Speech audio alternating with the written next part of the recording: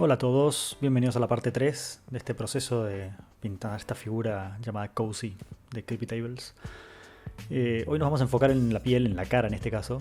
Hay un poco de piel en los dedos también, pero esto va a ser principalmente cara para esta figura. Acá empiezo a hacer un color piel. Normalmente yo cuando hago color piel hago muy parecido al inicio de ese marrón que hice antes. Y básicamente inicio de rojo y amarillo formando un degradé entre el rojo y a un naranja, y a eso lo voy agregando blanco para llegar a los tonos que me gustan del color piel. Voy usando todo el rango para tener luces, sombras y toda la serie de tonos que necesite para llegar al tono que quiero. Normalmente cada vez que me siento a pintar la piel, la cara o lo que sea, me hago la mezcla de nuevo. Esto lo hago para generar tonos nuevos, muy parecido a lo que mencioné con el pelo. No me gusta guardar mezclas, tratar de hacerlas durar ni nada de eso. Me parece que agrega variación tonal, que en la piel es súper importante. Si miramos nuestra cara y le hacemos zoom a nuestra cara, vamos a ver que no tenemos todos un solo color de piel, ¿no? Más allá de que la piel sea más oscura, más clara, no hay un solo color en la piel. Entonces me parece importante que haya distintos tonos a la hora de crear el rostro. Estoy empezando con un color súper claro. De hecho, en la filmación se ve bastante más pálido de lo que es, pero me sirve de base como para después ir metiendo distintos tonos.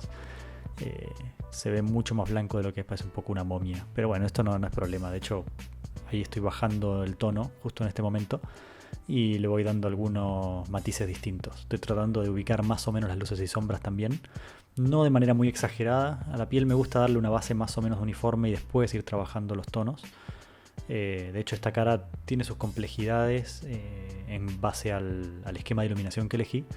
De eso se van a dar cuenta también a medida que avanza, quizás no esta parte del proceso de la cara, más adelante, donde tomo decisiones de ir para atrás o para adelante con algo, decisiones medio extremas que terminan generando necesidad de corrección de mi parte. Esto pasa en casi todas las figuras que pinto. Hay momentos en que tomo decisiones que no son las correctas y bueno, voy corrigiendo. Ahí acabo de agregar un poquito de azul para las sombras, eso lo suelo hacer también. Más allá del rojo, del naranja que genera ese color piel, a la parte oscura le agrego un tono más azulado. Esto ayuda como para enfriar esas sombras, sobre todo si tengo un esquema de iluminación donde en este caso tengo como fuego o una luz roja del costado, depende cómo quieran verlo o cómo me resulte al final. Agregar sombras más frías para contrastar ayuda mucho, más allá de que no sean tonos súper oscuros, ayuda a contrastar y que se perciban como sombras. Así que eso también me parece interesante mencionar.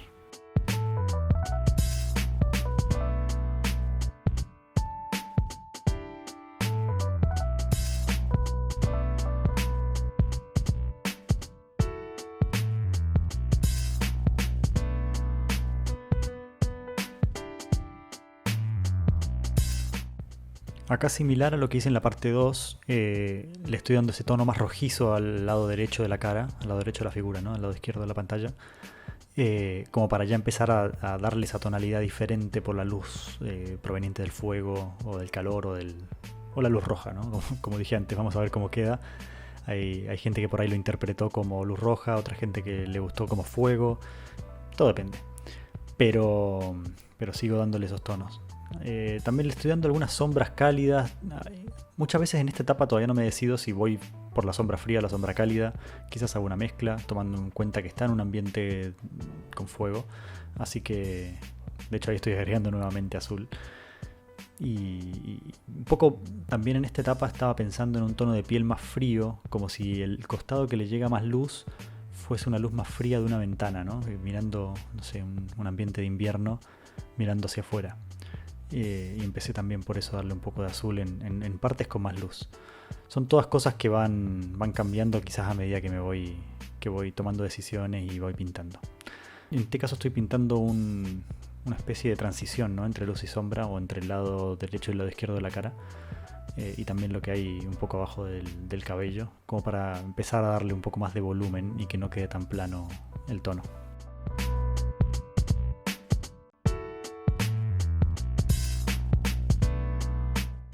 Mientras sigo con el proceso, Les pongo una foto también como en el proceso anterior para que tengan una idea de cómo va quedando esa cara. Acá estos colores tienen un poco menos de brillo que los que les mostré el otro día, o sea que parte de estos brillos no son de las luces de la cámara, sino que son pintadas. Ahí se ve cómo quedaron finalmente las transiciones, cómo quedaron los tonos. Es un tono un poco pálido que después corregiré, pero ya se nota un poco dónde marco luces y sombras, o por lo menos la primera idea de esas. Un poco para que se den una idea, que igual con el óleo queda algo de textura, por lo menos como trabajo yo. Es muy poquito igual. Piensen que esta imagen tiene un zoom increíble, o sea, es una figura de escala 1:10, un poco lo pueden ver cuando la tengo en la mano. Perdón, 1:9 creo que es esta. Y la estamos viendo en pantalla completa, full resolución, así que es algo que básicamente el ojo no detecta. Acá llegamos a una parte un poco diferente, que es algo que suelo hacer cuando pinto en óleos, pero no había ocurrido hasta ahora, me parece, en ninguna de las partes. Y es que agarré un pincel nuevo, si se fijan, un pincel más grueso, pero limpio, sin pintura. De hecho, fíjense que lo paso por mis manos todo el tiempo para sacarle pintura. Lo que hago en este proceso o mini proceso es básicamente agarrar este pincel y hacer un blending de todo lo que puse como pintura hasta ahora. O sea, quizás se nota alguna transición de color, y lo que hago con esto es evitar que eso se note, y le voy borroneando esos bordes de claros oscuros, partes donde quizás no me gusta tanto como está. Y es un poco, define bastante cómo yo encaro las pinturas con óleo, y hay gente que lo llama como más sacar pintura que poner, ¿no? Uno puede verlo de esa manera. Yo pongo pintura, pongo tonos claros, oscuros, voy haciendo transiciones, no me importa mucho si quedan bien o no, deposito un color y después con este tipo de pinceles voy borroneando esas transiciones. Acá lo van a ver bastante claro en este costado de la cara. Voy a bajar un poco la velocidad del video para que lo puedan ver mejor. Van a ver que muchos de los tonos desaparecen un poco, pero no importa. Yo prefiero que vayan quedando así suaves. A mí me gustan esos resultados, sobre todo en lo que es la piel y una piel femenina. No es lo mismo una piel masculina, las grietas quizás que hay en una piel, arrugas. En este caso yo me lo imagino como una mujer joven, entonces tiene una piel más tersa, quizás incluso maquillada. Después vamos a ver un poco de eso. Y me gusta que la transición quede muy suave, ¿no? que sea como muy, muy prolijo todo. Así que me pareció importante mencionarlo en esta parte.